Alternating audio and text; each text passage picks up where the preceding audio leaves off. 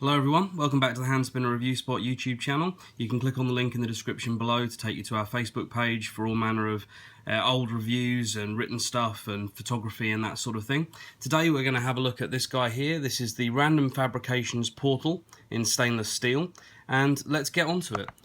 Incidentally, I'm going to see if I can keep these reviews maybe just a little bit shorter. I've been trying for under 10 minutes, but I'm going to go for maybe 7 minutes. Let me know if that's something that you like the idea of or you don't in the comment section below. That would be really helpful. Okay, so let's get into this and do a few size comparisons. Okay, so you have your Random Fabrications Portal.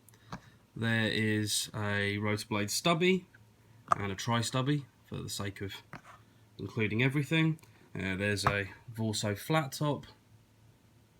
Sorry, knocking the camera there. There is a torque bar with some POS blades, grips, and maybe we'll stick an NTO Designs Turnium.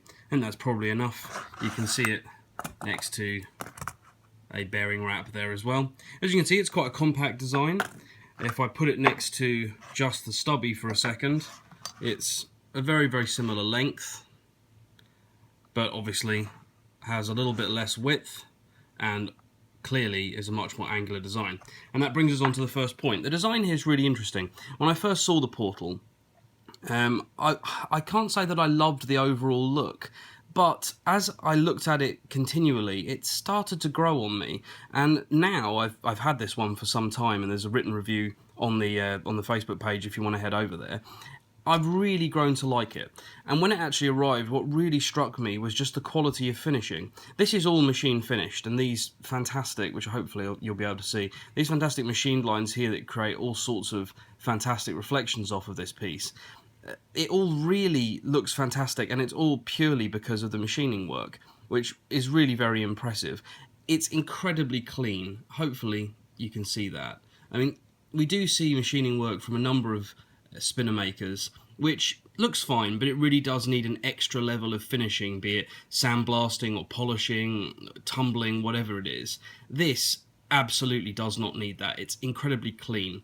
Other than that, it's a very straightforward bow tie shape, but it's just really well realised. The buttons are quite large. I think I'm right in saying they're 22mm, but they might be 21, and they overhang the sides of the body. It's just really, really well done. As you can see as well, there's a rounded chamfer here which drops down to the low point and sits the buttons inside. Which brings us on to the buttons themselves. A lot of people really, really like this design, and I'm one of them. It's very, very comfortable. Basically, these are all stepped terraces that go down into a central dish. It puts you very snugly in the pocket there, which is great. It spins a decent long time. It's quite a long spinner. As I say, this one's stainless steel. It's a little bit lighter than an equivalent stubby, but not a huge degree. It's got, and I'll show you, an 8-ball ceramic, 8-ball hybrid ceramic, I should say, R188 bearing. So, you know, pretty standard fare, but it's a really nice bearing. The buttons, incidentally, are really, really nicely machined and very snug. Not too snug, but snug. There you go, you can see the bearing in there. Really nicely done. It's incredibly clean. Again, all the work in here is fantastic. And that brings me on to kind of a bit of an elephant in the room. With so many Chinese manufacturers producing, obviously they're doing lots of clones, but they're also doing very nice original designs. People are starting to question why you might choose to buy a piece like this, although I don't think this piece was at all overpriced, where you could buy something that was relatively equivalent, a similarly simple overall profile, overseas and still get a really nice quality spinner. Well, obviously you have the question marks of supporting, you know, manufacturing in your country or Western countries, or however you want to view it. But also, I have to say, as much as I have tried some really nice, lower cost Chinese spinners, I haven't handled many things that are done as incredibly cleanly and well as the Portal, and I'm really happy to say that. The spin quality itself, like I said, this is a decent timed spinner. I've had well over 5 minutes out of this guy, and hopefully you can see the pattern that is created by those machining lines on top, because for me it's one of the best things in here. But as you can see, this is a dead smooth spinner. There's absolutely no wobble in that button, and it's also really quite quiet because there's a fair amount of meat around the bearing. I think that's got something to do with it, but probably also the bearing that's been sourced. It's just fantastic. What else can I say?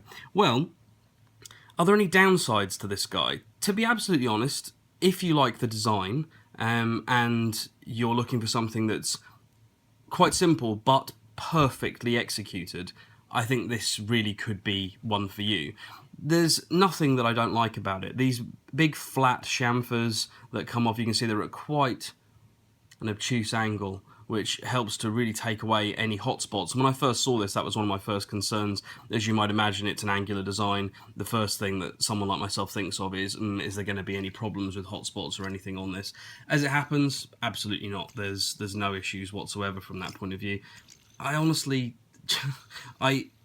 again, in every one of my reviews, I try and find something to say which could be construed as a negative.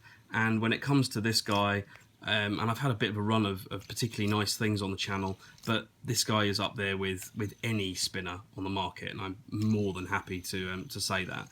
Now, there is a try version of this coming, which Emerson Hodges, who runs Random Fabrications, has shown the try design for quite some time now, but it's finally up on, I think it's an Indiegogo page. I'll stick the link in the description below just to make it easy for you.